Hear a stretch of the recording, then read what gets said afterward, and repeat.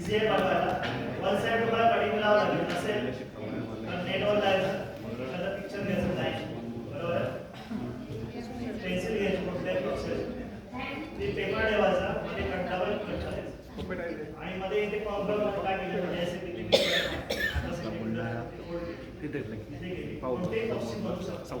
आणि याच्यामधून काय विद्यार्थ्यांनी ते उभं केलं प्राणी माध्यम यावर तुम्ही नाट्यकरणामध्ये त्याचा वापर करून घेऊ शकता. उद्देश कसा आहे बघा LTM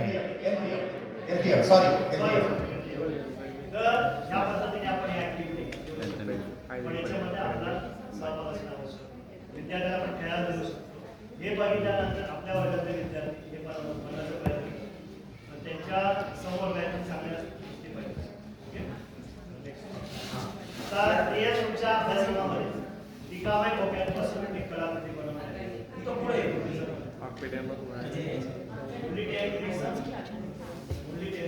हे बघा, ही रिकाम्या मॅचबॉक्सचे असतात, रिकाम्या मॅचबॉक्सवरून ही आकारणी केलेली आहे.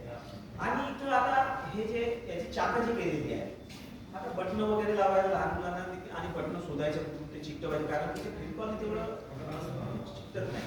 म्हणून मग मी काय केलं की कागदाच्या पट्ट्यांपासून हे केले, कागदाचे भांडवल तयार केले.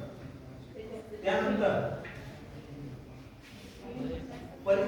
परिसरातील जे काही उपलब्ध टाकाऊ वस्तू जे आहेत त्या टाकाऊ वस्तूपासून देखील आपल्याला विविध कलाकृती तयार करता येतात. या ठिकाणी मॅडम हे कसं केलं असेल, काय कसं केलं असेल. दुसरे की असं म्हणतात की कमी बोलणाऱ्या शिक्षकाचे जे प्रभावशाली जे अध्यापन होतं ते अधिक बोलणाऱ्या शिक्षकापेक्षा जास्त पटीनं परिणामकारक होतं. म्हणून शिक्षकाने कमी बोलायचं आणि विद्यार्थ्यांना जास्त बोलता करायचं. विद्यार्थ्याचा टॉप टाइम वाढवायचा.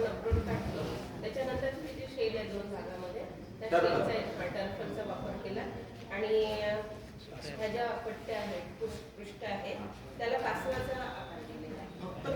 कापून घेतला आणि हे सुंदर काही